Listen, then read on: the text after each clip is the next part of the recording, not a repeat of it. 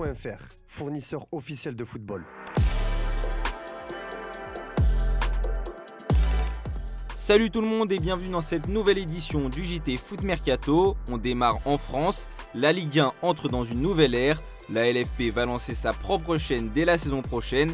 Oui, vous avez bien entendu, le groupe média de la Ligue a déjà lancé son appel d'offres avec 4 lots proposés aux diffuseurs et aux plateformes. Et petite nouveauté, la production des matchs sera assurée directement par LFP Media, un tournant majeur pour le football français après les fiascos Mediapro et DAZN. Pour mener à bien ce projet ambitieux, la LFP a fait appel à un poids lourd du paysage audiovisuel français, Nicolas de Taverneau, ancien patron de M6. Et forcément, cette annonce soulève une tonne de questions. Où et comment pourront-on voir les matchs? Et surtout, pour combien? Invité de l'after-foot sur RMC Sport, Taverneau a levé un coin du voile. Le projet avance, on sera capable de vous donner des nouvelles précises et la façon dont on va procéder à la fin de ce mois. Puisqu'il faut être prêt pour le 15 août, date de reprise du championnat, il y aura une chaîne Ligue 1. Mais ce n'est pas tout, il a aussi précisé les contours de l'offre à venir. Pour être concret, vous pourrez télécharger la chaîne à partir d'une application pour voir la Ligue 1 sur votre tablette ou votre télévision connectée. C'est en direct, puis il y aura des distributeurs comme Orange, Free, Canal ou beIN qui pourront la distribuer. Nous avons des discussions de caractère financier avec ces distributeurs pour trouver la meilleure solution pour le consommateur et pour les clubs. Le prix de la chaîne de la Ligue 1 sera inférieur à 20 € par mois. Il y aura en plus un abonnement pour les jeunes. Une bonne nouvelle pour le football français. Côté Mercato, l'Olympique Lyonnais ciblait très sérieusement Junior Firpo. Le latéral gauche de Leeds plaît énormément aux Gaunes, mais l'opération s'annonce bien plus complexe que prévu. Le Real Betis, club formateur du Dominicain, est revenu à la charge avec une offre. Firpo ne prolongera pas avec Leeds et son souhait de retourner au Betis est connu. Dans une interview à Marca, il n'a d'ailleurs pas caché son désir de revenir en Andalousie. Pas la meilleure nouvelle pour Lyon. Du côté de Marseille, ça s'active aussi. Angel Gomes en fin de contrat avec Lille est tout proche de s'engager avec l'OM. Un accord de principe a été trouvé pour un bail jusqu'en 2028. Il ne reste plus qu'à finaliser les derniers détails et bien sûr passer la traditionnelle visite médicale. Et l'OM ne s'arrête pas là. Le club est aussi sur la piste de CJ Egan-Riley, défenseur anglais de Burnley, un joueur jeune, costaud et qui sort d'une belle saison en Championship. Strasbourg, grâce à Bluco, avait flairé le bon coup, mais l'OM est venu s'inviter dans la danse. En fin de contrat est estimé à 16 millions € sur le marché. Egan Riley pourrait bien être une sacrée affaire et un renfort précieux pour épauler Balerdi. Le profil plaît énormément à De Zerbi, mais attention, West Ham est aussi très chaud et Strasbourg n'a pas dit son dernier mot. Affaire à suivre. Direction l'étranger. Du côté de Chelsea, c'est un été sous tension. Le loft est bien garni et les Blues doivent absolument faire de la place. Plusieurs joueurs sont mis à l'écart du projet et les discussions sont tendues. Certains refusent de partir, d'autres ne trouvent pas preneur. Et cela bloque tout. Chelsea avait tenté de recruter Mike Maignan avec une offre estimée entre 14 et 18 millions €. Milan a refusé, réclamant 25. Résultat, Chelsea a refusé et garde confiance en Robert Sanchez, Philippe Jorgensen et le jeune Nick Penders. Georgi Petrovic lui reste sur le carreau malgré un prêt réussi à Strasbourg. Mais le ménage continue. Sterling, Joao Félix et Disasi ont été écartés du groupe pour la Coupe du Monde des clubs. Un message fort, ils ne font plus partie du projet. Chelsea veut repartir sur de nouvelles bases avec un effectif plus jeune et plus dynamique. Et les choix stratégiques sur le marché des transferts donneront le ton d'un été crucial pour les ambitions du club. Autre dossier chaud en Angleterre, Jack Grealish. Son aventure avec Manchester City est un échec. Arrivé pour 118 millions €, il n'a jamais pu s'imposer chez les Sky Blues. Pas retenu pour la Coupe du Monde des clubs, il est sur le départ. Newcastle s'est montré intéressé et désormais c'est Everton qui est à l'affût. Aucune offre pour l'instant, mais un prêt est à l'étude. Affaire à suivre. En Italie, c'est la crise et pas qu'un peu. L'éviction de Luciano Spalletti a provoqué un séisme. Après une défaite inquiétante face à la Norvège 3-0, la FIGC a décidé de tourner la page. Mais pour aller où?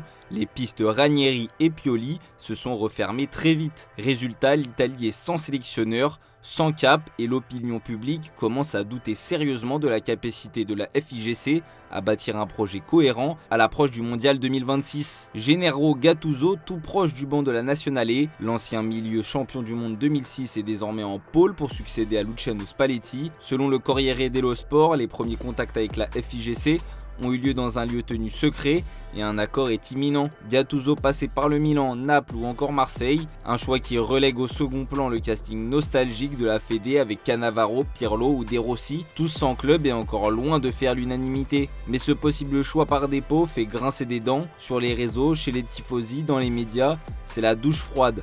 À un an de la Coupe du Monde 2026, la Nazionale semble toujours sans cap, sans projet, enchaînant les solutions provisoires. Affaire à suivre.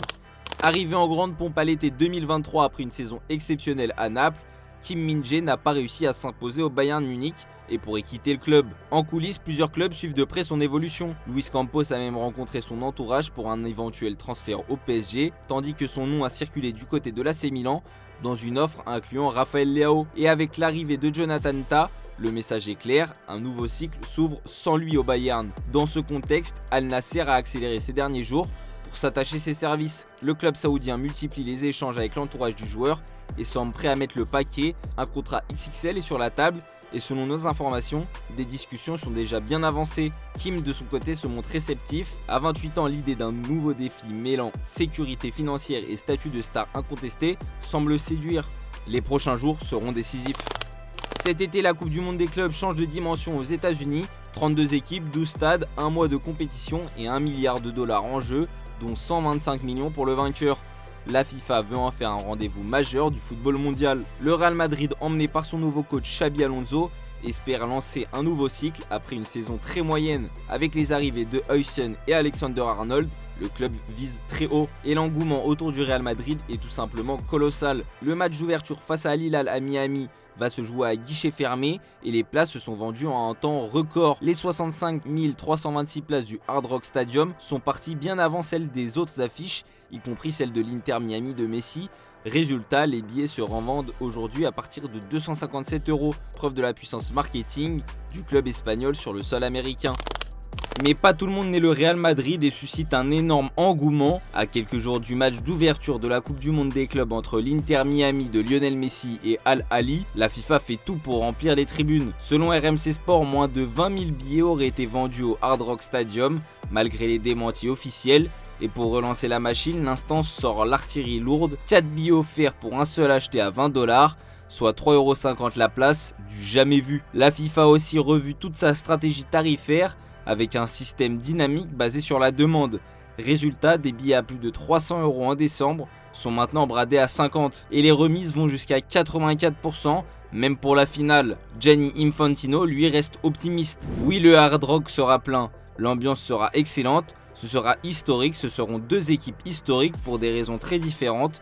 Le stade sera plein, ambitieux, mais pour l'instant, c'est surtout un gros flop annoncé côté billetterie. Messi ou pas Messi, le public américain semble peu emballé et la FIFA joue désormais sa crédibilité sur cette première édition du mondial version XXL.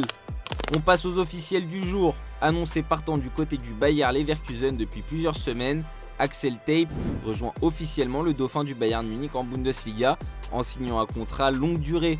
Le défenseur aura connu 3 apparitions avec son club formateur, barré par la concurrence à Paris, et en débat avec la direction sur son véritable poste. Le joueur de 17 ans espère se fixer et progresser en Allemagne, où de nombreux jeunes éléments français ont éclos ces dernières années. Alors que le FC Saint-Pauli avait levé l'option d'achat pour conserver Morgan Guilavogui, le RC Lens a décidé de faire jouer son droit de veto. Le club artésien a officiellement annoncé ce mardi que l'attaquant guinéen ne poursuivra pas l'aventure en Allemagne. Prêté la saison dernière outre-Rhin, Guilavogui réintégrera l'effectif lensois à la reprise, une décision forte du Racing qui souhaite miser sur l'ancien joueur du Paris FC pour la saison à venir. 11 jours après sa victoire en Ligue des Champions, le Paris Saint-Germain a posé ses valises à Irvine au sud de Los Angeles pour préparer la Coupe du Monde des clubs. Les Parisiens sont bien arrivés à LA, c'est notre image du jour, on se dit à demain pour plus de vidéos sur Foot Mercato, ciao ciao.